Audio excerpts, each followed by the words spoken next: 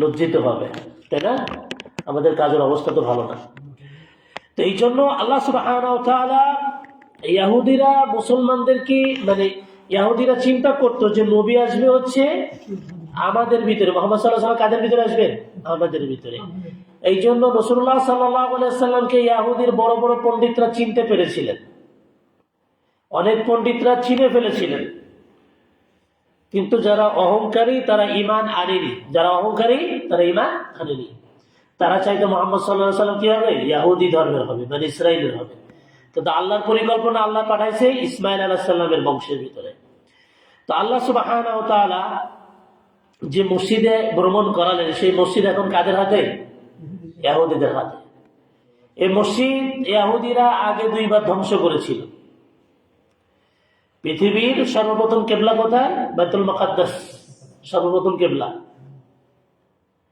তার মানে মুহাম্মদ সাল্লাল্লাহু আলাইহি ওয়াসাল্লাম আসার আগ পর্যন্ত সবাই যেদিকে ফিরে নামাজ পড়েছে তার নাম কি?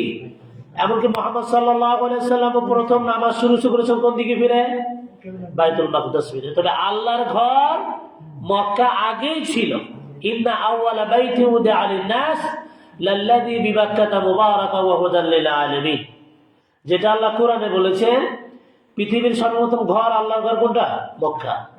কিন্তু কেবলা ছিল কোন জায়গায়? কারণ ওই জায়গা ইব্রাহিম আলাইহিস সালাম সবথেকে বেশি ফিলিস্তিন কেন্দ্রিক দাওয়াতি কাজ করেছে। সুবহানাল্লাহ বলেন। তার কওম যখন তাকে হত্যা করতে চাইল, তার পিতা, তিনি যে আল্লাহর উদ্দেশ্য করে বেরিয়ে গিয়েছিলেন, হ্যাঁ, যে আল্লাহ আমাকে পথ দেখাবে, তিনি যেখানে যে অবস্থান করেছিলেন সেটা ছিল ফিলিস্তিন, তার আশপাশের এলাকা। তো এই এলাকায় অসংখ্য নবী, এমনকি ফিলিস্তিনের পাশে হাদিসে এসেছে মুহাম্মদ সাল্লাল্লাহু আলাইহি ওয়াসাল্লাম ঊর্ধ্বগমনের সময় লাল টিলা যুক্ত মূসা আলাইহিস সালামের কবর দেখতে পেয়েছিলেন। এমনকি তার রঙের কথাও বর্ণনা করা হয়েছে। তার মানে এর আশেপাশে অসংখ্য নবী, এবং আমাদের নবী মুহাম্মদ সাল্লাল্লাহু আলাইহি ওয়াসাল্লামের হাজার হাজার সাহাবায়ে কিরামের কবর ওখানে আছে, হাজার হাজার। হ্যাঁ, ঐতিহাসিকদের মতে অসংখ্য সাহাবীর কবর ফিলিস্তিনে আছে, অসংখ্য। নবীদের কবর আছে, সাহাবীদের কবর আছে, কারণ আল্লাহ বরকতময় করেছেন। ইব্রাহিম বিন আদম বারবার আলেমদেরকে জিজ্ঞাসা করতেন কোথায় বরকতময়, আলেমরা বলতো যে বরকত হচ্ছে ফিলিস্তিনে। কোথায় বরকত? ফিলিস্তিনে। এমনকি ঐতিহাসিকদের বর্ণনায় কিয়ামত সংঘটিত হবে ফিলিস্তিনের জমিনে। সুবহানাল্লাহ বলেন। মানে এটা তো দুনিয়া থাকবে না, তখন তো আল্লাহ দুনিয়া পরিবর্তন করবেন, বিচারের মাঠ ওখান থেকে শুরু করবেন। তো এই যে বরকতময় জায়গা এখন ইহুদিরা দখল করে আছে, কারণ কি? মুসলমানদের ভিতরে ঐক্য নাই। মুসলমানদের ভিতরে কি নাই? ঐক্য নাই। ইরানকে ধ্বংস করার জন্য ট্রাম্প বহু চেষ্টা করতেছে। মানে ট্রাম্পের মিশন হচ্ছে প্রত্যেকটা মুসলিম রাষ্ট্রকে আক্রান্ত করা এবং তাদেরকে নড়বড়ে করে তাদের উপরে কর্তৃত্ব প্রতিষ্ঠা করা, পুঁজিবাদী কর্তৃত্ব প্রতিষ্ঠা করা। আর পুঁজিবাদী কর্তৃত্ব মানুষকে টানে, মানুষকে টানে, কিন্তু মানুষকে আসল জীবনের স্বাদ নিতে দেয় না। যেমনটা আমেরিকা, যেমনটা কি আমেরিকা দেখায় পুঁজিবাদী রাষ্ট্র, কিন্তু আমেরিকায় আসলে কোনো শান্তি নাই। মানুষ আমেরিকা যাওয়ার জন্য পাগল, মানুষ আমেরিকা যাওয়ার জন্য পাগল, কিন্তু আল্লাহ বলেছেন আমেরিকায় বরকত আছে না। বরকত আছে কোথায়? ফিলিস্তিন বরকতময় সুবহানাল্লাহ। আল্লাহ যেটা করেছেন বাইতুল মাকদাসের আশেপাশে, জর্ডান, সিরিয়া, চিলের এই পাশটা এলাকাগুলো আল্লাহ বরকতময় করেছেন। পাঁচটা দেশ মিলে। আগে তো এরকম দেশ ছিল না, আগে দেশ ছিল না। আগে তো এই সব এরিয়া নিয়ে একটা স্থানের নাম ছিল, কিন্তু এখন ভাগ ভাগ হওয়ার কারণে জর্ডান হয়েছে, ইরাক হয়েছে, লিবিয়া হয়েছে, বিভিন্ন জায়গায় মিলে সিরিয়া হয়েছে, নিয়ে কি হয়েছে? বিভিন্ন দেশ হয়েছে। তো আল্লাহ সুবহানাহু ওয়া তাআলা সুলাইমান আলাইহিস সালামকে দিয়ে প্রায় খ্রিস্টপূর্ব 1000 বছর সালের দিকে কি করেছেন? বাইতুল মাকদাস নির্মাণ করিয়েছেন, এবং এটা ধ্বংস করেছে ইহুদিরা। তারপরে আবার ইহুদিদেরকে একজন রাজা ধরে নিয়ে গেছিল, 70 বছর আটকে রাখছিল প্রায়। তারপরে সারার পরে আবার তারা কি করেছে? পুনরায় এই জায়গায় এসে আবার ঘাঁটি গেড়েছে বারবার। তো এই বাইতুল মাকদাস ইহুদিরা সবসময় নাপাক করেছে, কলঙ্কিত করেছে, এখনো করে যাচ্ছে, এখনো করে যাচ্ছে। আল্লাহ আবার কিয়ামতের আগে কি করবেন? বাইতুল মাকদাস মুসলমানদের হয়ে যাবে। আমরা এক না থাকার কারণে আজকে আমাদের এই অবস্থা। বাংলাদেশে দেখেন না, ইসলামী দল এক হতে পারতেছে না। এরাই ইসলামীরা যদি এক না হতে পারে তা কারা এক হবে আল্লাহু আ'লাম, তাই না? তো আল্লাহ সুবহানাহু ওয়া তাআলা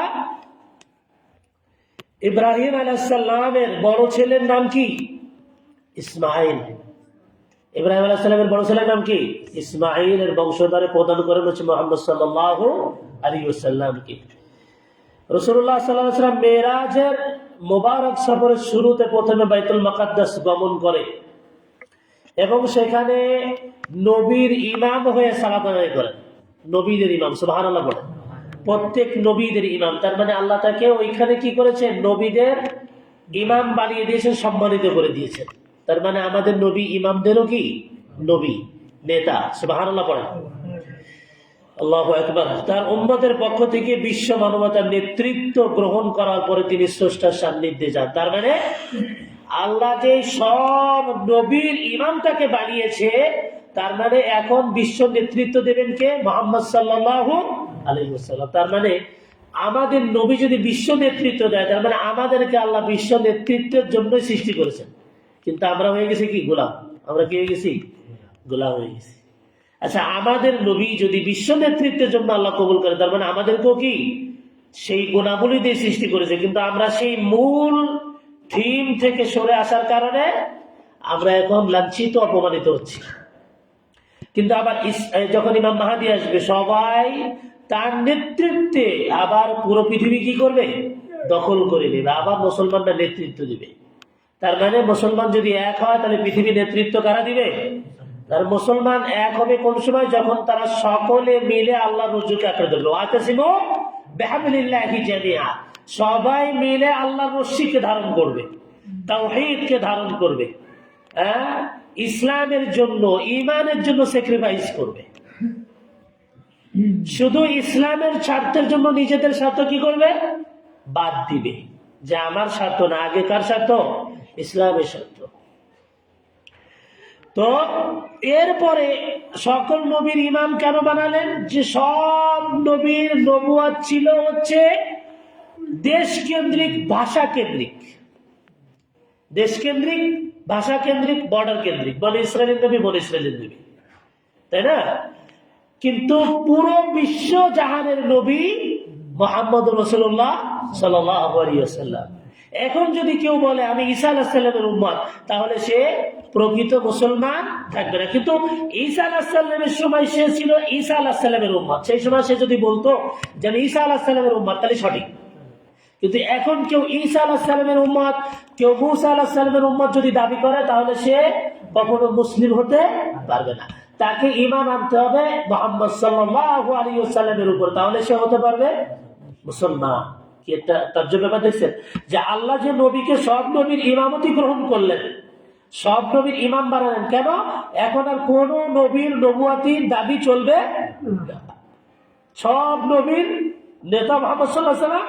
এখন পৃথিবীর কিয়ামত পর্যন্ত যত উম্মত আসবে, সব উম্মত কাকে অনুসরণ করবে? মুহাম্মদ সাল্লাল্লাহু আলাইহি ওয়াসাল্লাম। কিন্তু তার মানে এই না মুহাম্মদ সাল্লাল্লাহু আলাইহি ওয়াসাল্লামের উম্মত আবার অন্য নবীর উম্মত বা অন্য নবীকে ছোট করতে পারে, এটা না। কারণ আমরা তো সব নবীর উপর ঈমান আনিছি, আনিছি না? এই যে আমানতু বিল্লাহি ওয়া মালাইকাতিহি ওয়া কুতুবিহি ওয়া রুসুলিহি, যত রাসূল, যত নবী আল্লাহ পাঠিয়েছে, সব নবীর উপরে আমাদের ঈমান আছে।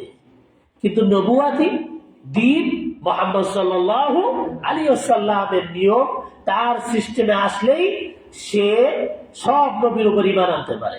তাহলে আল্লাহ মেরাজে নেওয়ার আগে সব নবীর ইমামতি করালেন, যে ইমামদের নেতা, এবং আপনার নবুয়াতি কার্যকর হবে, এরপরে আর কোন নবুয়াতি কার্যকর হবে না।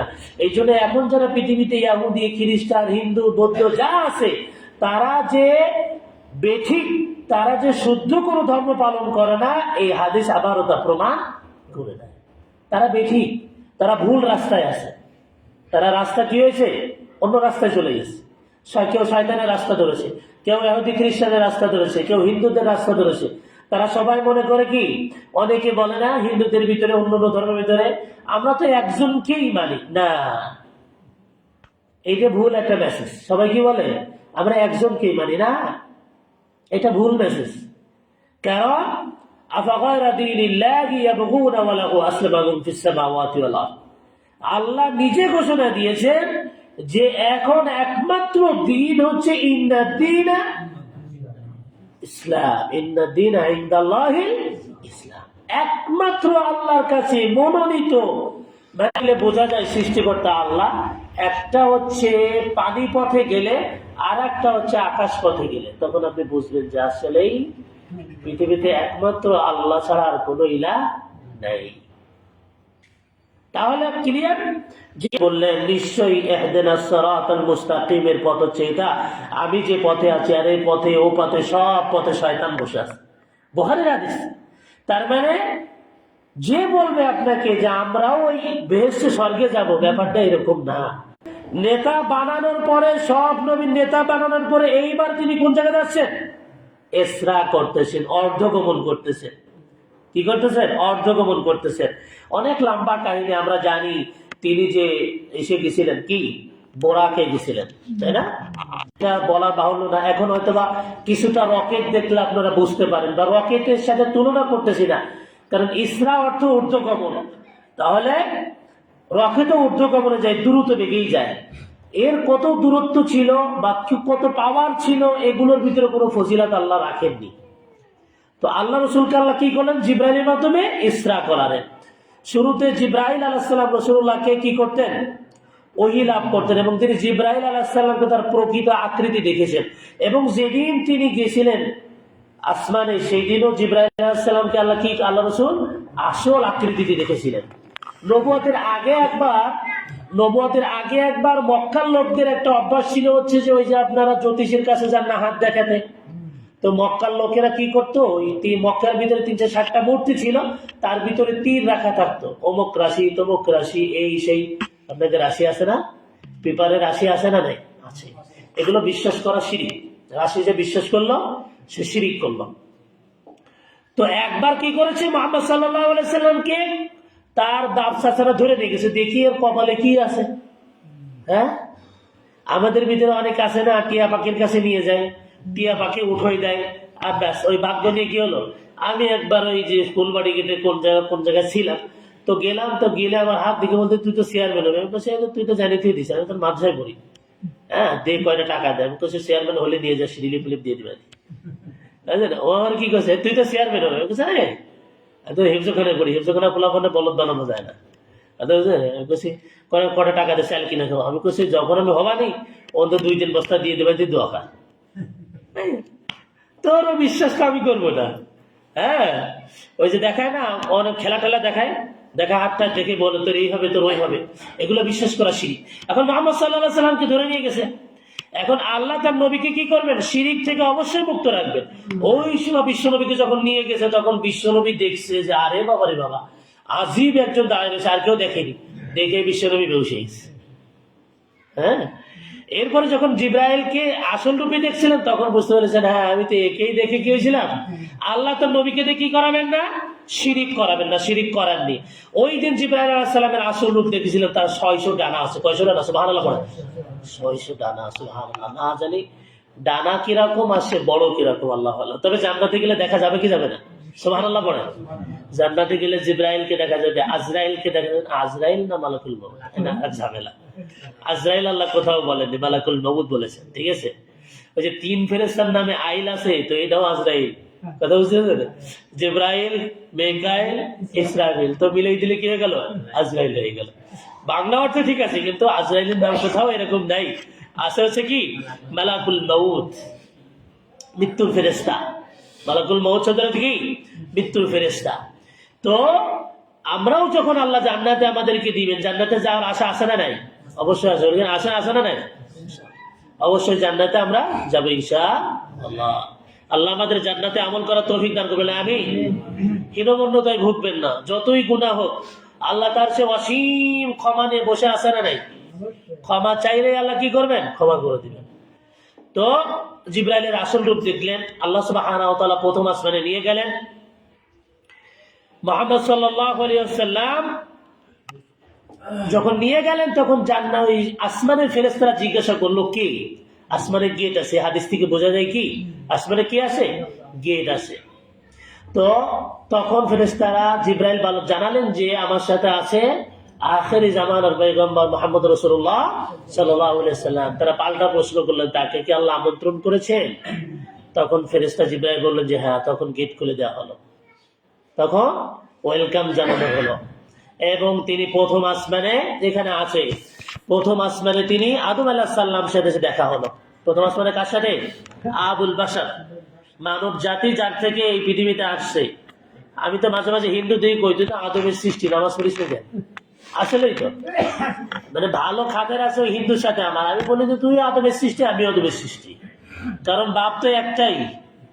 হ্যাঁ, তার ছেলেরা ইহুদি খ্রিস্টান বৌদ্ধ হয়েছে, যা যা হয়েছে হয়েছে, কিন্তু আবুল বাশার মানুষ জাতি সৃষ্টি হয়েছেন একজন থেকে, সে কে? আদম আলাইহিস সালাম। আদম আলাইহিস সালামের বউ কার থেকে সৃষ্টি? আদম আলাইহিস সালাম থেকে সৃষ্টি। আদম আলাইহিস সালামের বাইরে মানুষের যাওয়ার কোনো লাইন আছে? নেই। ওই যে একটা ঘটনা পড়েছিল, ভারতের এক হিন্দু মেথর কি পড়েছে, ইসি পড়ে গেছে, কি কয় রে, রাস্তার ভিতরে থাকে, ম্যান হলে পড়ে গেছে। হ্যাঁ, তো বলতেছে আমি আদমের সন্তান, পড়ে গেছি, সবাই উঠেছে, উঠে বলছে তুই তো মেথর, আমিও আদমের সন্তান, না করলে তার উঠে দিস না। কে বুদ্ধি আছে? আসলে আদমের সন্তানই, তাই না? আমি যদি না কথা তোরা তো আমাদের উঠেছি, আমি কি করে উঠতাম? বুদ্ধি আছে। তো প্রথম আসমানে কে আছেন? আদম আলাইহিস সালামের সাথে দেখা হলো। আদম আলাইহিস সালাম খুশি হলেন যে আমার ছেলে, তাই না? আপনি যখন দেখবেন আপনার ছেলে ভালো একটা কাজ করেছে, আপনার বুক ফুলে যায় কি যায় না? আদম আলাইহিস সালামেরও কিন্তু বুক উঁচু হয়ে গেছে যে আখেরি জামানার নবী, যদিও নবীকে নেতা, তো আমারই তো ছেলে না। আদম আলাইহিস সালাম খুশি হয়ে গেছেন, দোয়া করেছেন। এরপরে দেখা হয়েছে দ্বিতীয় আসমানে ইয়াহইয়া আলাইহিস সালাম ও ঈসা আলাইহিস সালাম। দ্বিতীয় আসমানে কে আছেন? দুই নবী আছেন। ইয়াহইয়া আলাইহিস সালাম কিন্তু জালিলুল কদর একজন নবী, দ্বিতীয় আসমানে আছেন। এবং ইয়াহইয়া আলাইহিস সালাম এবং ঈসা আলাইহিস সালাম, যাকে আল্লাহ পৃথিবীতে বাবা ছাড়াই কি করেছেন। আর একটা তার মজেজা হচ্ছে, তিনি জন্মের পরে কথা বলেছেন। সুবহানাল্লাহ বলেন। মারিয়ামকে জিজ্ঞাসা করেছে ইহুদিরা, মারিয়ামের বাবাকে? মারিয়াম বলেছে ওকে জিজ্ঞাসা করে বলে দেবে। সুবহানাল্লাহ, আল্লাহু আকবার। বলছে এইটুক বাচ্চা কথা বলেছে? হ্যাঁ, উনি বলেছেন ক্বালা ইন্নী আব্দুল্লাহ। সুবহানাল্লাহ। চিন্তা করেন যে কোলের একটা দুধের বাচ্চা, ক্বালা ইন্নী আব্দুল্লাহ আতানিয়াল কিতাব ওয়া জাআলানি নাবিয়্যা। কয়টা কথা একসাথে বলেছে? আমি আল্লাহর বান্দা। ক্বালা ইন্নী আব্দুল্লাহ আতানিয়াল কিতাব, আল্লাহ আমাকে কিতাব দিয়েছে, ওয়া জাআলানি নাবিয়্যা, আল্লাহ আমাকে নবী করেছে। কত বড় কথা! কতটুক বাচ্চা? দোলনার বাচ্চা। দোলনার বাচ্চা বুঝলে দুধের বাচ্চা। তিনটা কথা একসাথে বলেছেন। ক্বালা ইন্নী আব্দুল্লাহ, আমি আল্লাহর বান্দা। আতানিয়াল কিতাব, ঈসা আলাইহিস সালামকে আল্লাহ কি দিয়েছিলেন? কিতাব দিয়েছিলেন। সেই কিতাবের নাম কি? হ্যাঁ। এরপরে কি বলেছেন? ওয়া জাআলানি নাবিয়্যা, আল্লাহ আমাদেরকে তোমাদের জন্য নবীকে কি নবী হিসেবে মনোনীত করেছে। পৃথিবীতে তিনটা বাচ্চার কথা বলেছে দোলনায়, তার ভিতরে ঈসা আলাইহিস সালাম একজন। তাহলে ঈসা আলাইহিস সালাম আছেন কোন আসমানে? দ্বিতীয় আসমানে। তৃতীয় আসমানে আছেন ইউসুফ আলাইহিস সালাম, পৃথিবীর সব থেকে সুদর্শন পুরুষ। সুবহানাল্লাহ বলেন। হ্যাঁ, যাকে দেখে মেয়েরা কি করতে পারতো না? চোখ ফেরাতে পারতো না। যাকে দেখে মেয়েরা চোখে কি সুদর্শন দিয়েছেন আল্লাহ জানে, তবে আমাদের নবী তার থেকে সুন্দর। সুবহানাল্লাহ বলেন। মা আয়েশা একদিন বলেছিলেন, ঈসা আলাইহিস সালামের গল্প করতেছে, তুমি যদি চাঁদ রাতে মুহাম্মদ সাল্লাল্লাহু আলাইহি ওয়াসাল্লামকে দেখো, তুমি কলিজা কেটে ফেলাবে। সুবহানাল্লাহ বলেন। তার চেহারা দেখলে সাহাবীদের খিদে মরে যেত। সুবহানাল্লাহ বলেন। চেহারা দেখলে তার খিদে কি হয়ে যেত? চলে যেত। তো সুদর্শন পুরুষ ছিলেন ইউসুফ আলাইহিস সালাম। তিনি আছেন কোথায়? তৃতীয় আসমানে। চতুর্থ আসমানে আছেন ইদ্রিস আলাইহিস সালাম। ইদ্রিস আলাইহিস সালাম আল্লাহর জালিলুল কদর একজন নবী। এরপরে পঞ্চম আসমানে আছেন হারুন আলাইহিস সালাম। হারুন আলাইহিস সালাম কে? মূসা আলাইহিস সালামের ভাই। মূসা আলাইহিস সালাম একটু তুতলা ছিলেন। ছোটবেলায় যে আগুনের জন্য একটু কি হয়েছে, তুতলা হয়ে গেছিলেন। একটু তুতলায় কথা বলতেন, তাই আল্লাহকে বলেছিলেন, আল্লাহ আমার তো কথা একটু জড়তা আছে। ক্বালা রাব্বি ইশরাহ লি সাদরি ওয়া ইয়াসসির লি আমরি ওয়াহলুল উকদাতাম মিন লিসানি ইয়াফকাহু কওলি। আল্লাহু আকবার। এই যে দোয়া আপনারা করেন, মূসা আলাইহিস সালামের দোয়া, তাই না? জবানের জড়তা। তো এই যে মূসা আলাইহিস সালাম বলেছিলেন, আল্লাহ আমার ভাই হারুনকে যদি আপনার আমার সহযোগী বানাই দেন, তো হারুন আলাইহিস সালামের খেদমত আল্লাহ এত কবুল হয়েছে যে ষষ্ঠ আসমানে কে আছেন? হারুন আলাইহিস সালাম। আর পঞ্চম আসমানে হারুন আলাইহিস সালাম, ষষ্ঠ আসমানে আছেন মূসা আলাইহিস সালাতু ওয়াস সালাম। আর একদম সপ্তম আসমানে আল্লাহর নিচে ইব্রাহিম খলিলুল্লাহ আছেন। সুবহানাল্লাহ পড়েন। আল্লাহ বলেছেন ইব্রাহিম খলিলুল্লাহ, আল্লাহ বলেছেন ইব্রাহিম আমার বন্ধু। সুবহানাল্লাহ বলেন। অনেক কঠিন পরীক্ষা দিয়েছেন ইব্রাহিম আলাইহিস সালাম, এত পরীক্ষা দিয়েছেন। আল্লাহ যার যত পরীক্ষা নেন আল্লাহ তার তত কাছে রাখেন। সুবহানাল্লাহ বলেন। আল্লাহ যত পরীক্ষা দিয়েছেন ইব্রাহিম আলাইহিস সালামকে, কত সফর যে করিয়েছেন ইব্রাহিম আলাইহিস সালামকে। এক পরিবার থাকতো মক্কা, আর এক পরিবার থাকতো ফিলিস্তিন। এদিকে আসে কলিজার টুকরারে কোরবানি দেওয়া। হ্যাঁ, কত যে কোরবানি দিয়েছেন ইব্রাহিম আলাইহিস সালাম। একদম আল্লাহ রেখেছেন কোন জায়গায়? আল্লাহর নিচে বাইতুল মামুর যে মসজিদ, সেই মসজিদে হাদিসে আছে তিনি হেলান দিয়ে বসে থাকেন। সুবহানাল্লাহ বলেন। হেলান দিয়ে। এবং আর একটা হাদিসে আছে আপনাদের যে সমস্ত শিশুরা মারা যায়, ওই সমস্ত শিশুরা ইব্রাহিম আলাইহিস সালামের সাথে খেলাধুলা করে। সুবহানাল্লাহ। হ্যাঁ, আমাদের শিশুরা মারা যায় না, যার শিশু মারা যায় নাবালক, ওই শিশু তার পিতা মাতাকে নাড়ি ধরে জান্নাতে নিয়ে যাবে। সুবহানাল্লাহ বলেন। কি ধরে? নাড়ি ধরে। কারণ সন্তান মার সাথে কিসের সাথে সংযোগ থাকে? নারীর সাথে থাকে। কত বড় কথা না? কিয়ামতের দিন বলবে যে আল্লাহ আমার মা, তো মা যদি জান্নাতে যায় বাপ জাহান্নামে যাবে নাকি? বাপ সহ নিয়ে যাবে। সুবহানাল্লাহ বলেন। তো আল্লাহ সুবহানাহু ওয়া তাআলা এরপরে কি করেন? তিনি সৃষ্টি জগতের শেষ প্রান্ত সিদরাতুল মুনতাহা, এর উপর আর কোনো সৃষ্টি নেই। সিদরাতুল মুনতাহা এর উপর ওই পর্যন্ত আল্লাহ নিয়ে গেছেন। সুবহানাল্লাহ বলেন। কাকে নিয়ে গেছেন? আমাদের নবীকে নিয়ে গেছেন। নবীকে যদি চিনতেন, আল্লাহু আকবার। সাহাবায়ে কিরাম নবীকে চিনেছিল, সাহাবায়ে কিরাম নবীকে চিনেছিলেন। এই জন্য রাত দিন নবী ডাক দিলেই হাজির। হ্যাঁ, যুদ্ধের দামামা বাজলেই হাজির। আল্লাহ রসুল বলতে এই লাগবে, ইয়া আল্লাহ রসুল এই আছে, যা আছে তাই নিয়ে হাজির। একজনও সাহাবায়ে কিরামকে পাবেন না যে কৃপণ ছিল, যে তারা দিতে চায়নি, এরকম একজন সাহাবী ছিল না। আবু বকর কথা তো রাদিয়াল্লাহু তাআলা তার কথা বাদ দিলাম, তিনি তো সব নিয়ে চলে আসতো। ওমর ইবনে খাত্তাব প্রতিযোগিতা করতেন, সাহাবায়ে কিরাম প্রতিযোগিতা করতেন। এবং সাহাবায়ে কিরাম গরিব ছিলেন না, তারা ব্যবসা করতেন। তারা কেউ যতটুকু সামর্থ্য ছিল তারা বসে বসে খেতেন না। কিন্তু আমাদের ছেলেমেয়েরা তো 20 বছর 25 বছর পর্যন্ত খেটে বসে বসে খায় নাকি নাকি কিন্তু সাহাবায়ে কিরাম ছোট্টবেলা থেকে ব্যবসা বাণিজ্য, চাকরি, কাফেলা, যুদ্ধ বিগ্রহের সাথে সবসময় জড়িয়ে থাকতেন। ছোট ছোট সাহাবী ছিল না? আবু জেহেল যারা মারিছিল, কত বছর বয়স? 14-15। হ্যাঁ, 14-15 বা 12-14, এর 15 বাইরে যাবে না। দুই ভাই। আবু জেহেল কোথায়? নবীর কি প্রেম! আবু জেহেল কষ্ট দিছে নবীকে। ওই যে শুনছে, ও টার্গেট নিচে, যুদ্ধে যাবো তো আবু জেহেলকে মারবো। টার্গেট কি? মারবে তো মারবে কোনটা রে? আবু জেহেলকে মারবে। বলছে দেখাই দেন আবু জেহেল কোনটা। বাচ্চা সাহাবী তো। আল্লাহ রসুল বারণ দিছে, বারণ শোনা শুনি নাই। রসুল কি প্রেম, কি মহাব্বত! ওই মহাব্বত যদি থাকে, আজান হওয়ার আগে মসজিদে পৌঁছালে হাজির হয়ে যাবে। আল্লাহু আকবার, আল্লাহু আকবার। আল্লাহ সর্বশ্রেষ্ঠ। কিন্তু আল্লাহ এই শ্রেষ্ঠত্ব ঘোষণার পরও আমরা মসজিদে আসতে আমাদের দেরি হয় কি হয় না? দেরি হয়ে যায়, কারণ নবীর প্রেম নেই। যতটুকু আমি জানি সাহাবায়ে কিরাম 11টার ভিতরে মসজিদে জুমার দিন হাজির। মানে টাইম যদি হিসাব করি, সাহাবায়ে কিরাম জুমার দিন 11টা 11:30 ভিতরে সব মসজিদে হাজির। কারণ তারা জুমার বারাকা নিতে চাইতেন। জুমার বারাকাত আপনি বাড়িতে থাকলে পাবেন না, কারণ আমাদের বাড়ির পরিবেশগুলো ইবাদত করার মতোও নেই, আর আল্লাহ স্মরণের মতো কোনো জায়গাও নেই। বাড়ি আছে নাকি? বাড়িতে আল্লাহ স্মরণ হয়? আপনাদের কেমন আমি জানি না। আমি যদি জামাত ফেল করি তো আমার মনে হয় যে ইমান গেছে আমার। আপনাকে ইমান আমি জানি না, আমি আমার নিজেরটা বলতে ভালোবাসি। একক তো যদি জামাতই হয়ে যায়, আমার ওই নামাজ পড়তে যে কি কষ্ট হয়ে যায় জানি না। মনে হয় যে আমার মাথার উপরে বড় এক পাহাড় রয়েছে, মনে তা আমি পারতেছি না, নামাতে হচ্ছে না। কারণ আমাদের পরিবেশটা এমন হয়ে গেছে, জামাত ছাড়া একা নামাজ আদায় করা অনেক কঠিন, অনেক কঠিন। আর নবী প্রেম তো মাশাআল্লাহ নাই। যদি থাকে তাহলে তো আমাদের অবস্থা আরো ভালো হওয়ার কথা ছিল।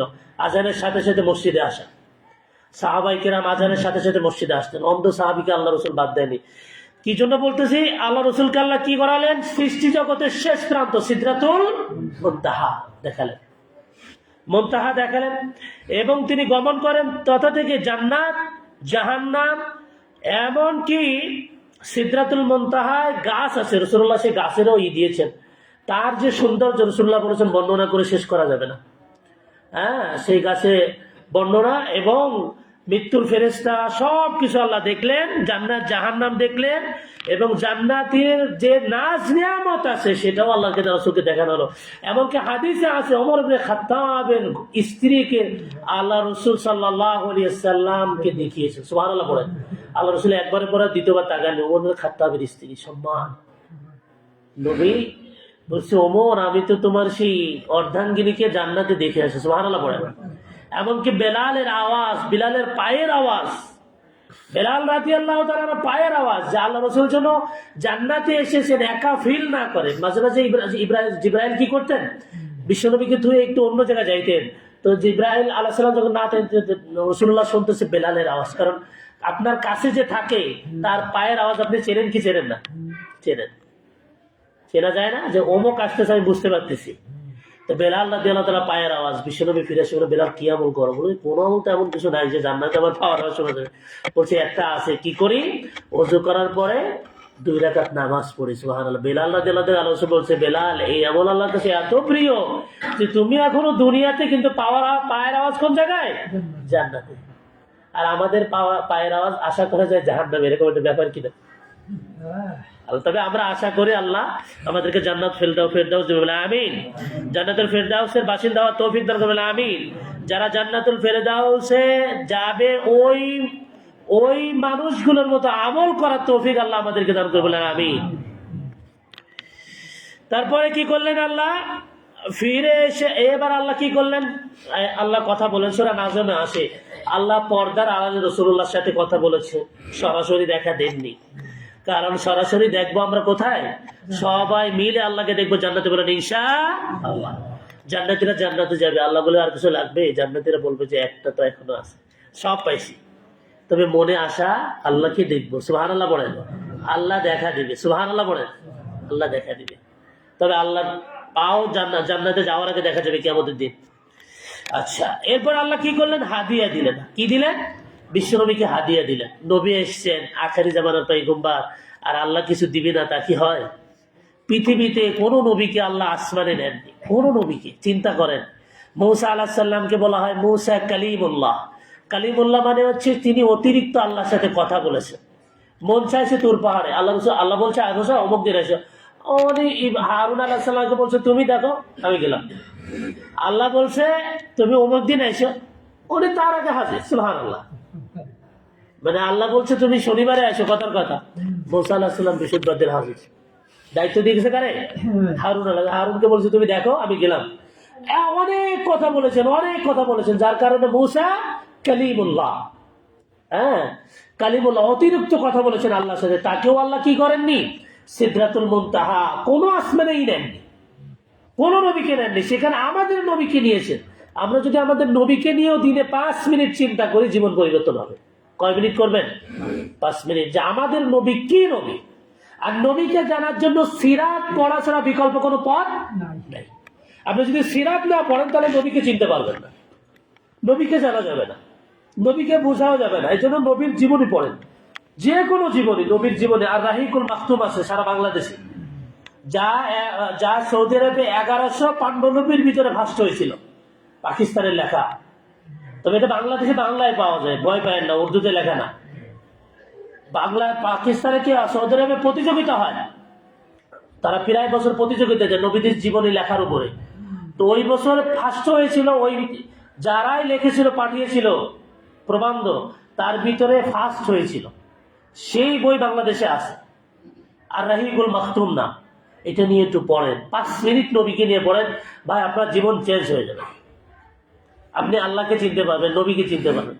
কি জালিলুল কদর নবী, যে আল্লাহ আর নবীর মাঝখানে একটা পর্দা আছে। কি আছে? পর্দা আছে। আল্লাহ কথা বলতেছে, নবী শুনতেছে। আল্লাহ থেকে 50 ওয়াক্ত নামাজ দিলেন। কয় ওয়াক্ত? 50 নামাজ দিছে। বিশ্বনবী সাল্লাল্লাহু আলাইহি ওয়াসাল্লাম সরল মনে নিয়ে চলে আসছে, কিচ্ছু করেনি। আল্লাহ রাসূল চিন্তা ভাবনা কিচ্ছু করে না, আল্লাহ দিছে না। মূসা আলাইহিস সালাম তো জালিলুল কদর নবী, বলছে আল্লাহর সাথে দেখা হয়েছে, হাদিয়া তো দিছে। কি দিছে? বলে 50 ওয়াক্ত। মূসা আলাইহিস সালাম বলছে পারবে না। মূসা আলাইহিস সালাম আমাদের পক্ষে না বিপক্ষে? সব নবী আমাদের পক্ষে। মূসা আলাইহিস সালাম বলছে পারবে না। আমি চিনি বনি ইসরাইলকে, আমি নবী ছিলাম, আমি জানি পারবে না। আবার যান, রাসূলুল্লাহ কাছে, ইয়া আল্লাহ, আমি নামাজ কমাই দেন। কোন কোন বর্ণনায় আছে 10 ওয়াক্ত করে কমাইছে। এবার যখন গেছে 10 ওয়াক্তের সময়, বিশ্বের 10 ওয়াক্ত আছে, মুসা আলাইহিস সালাম বলছে এও পারবে না, 10 ওয়াক্ত আদায় করতে পারবে না, আপনি আবার যান।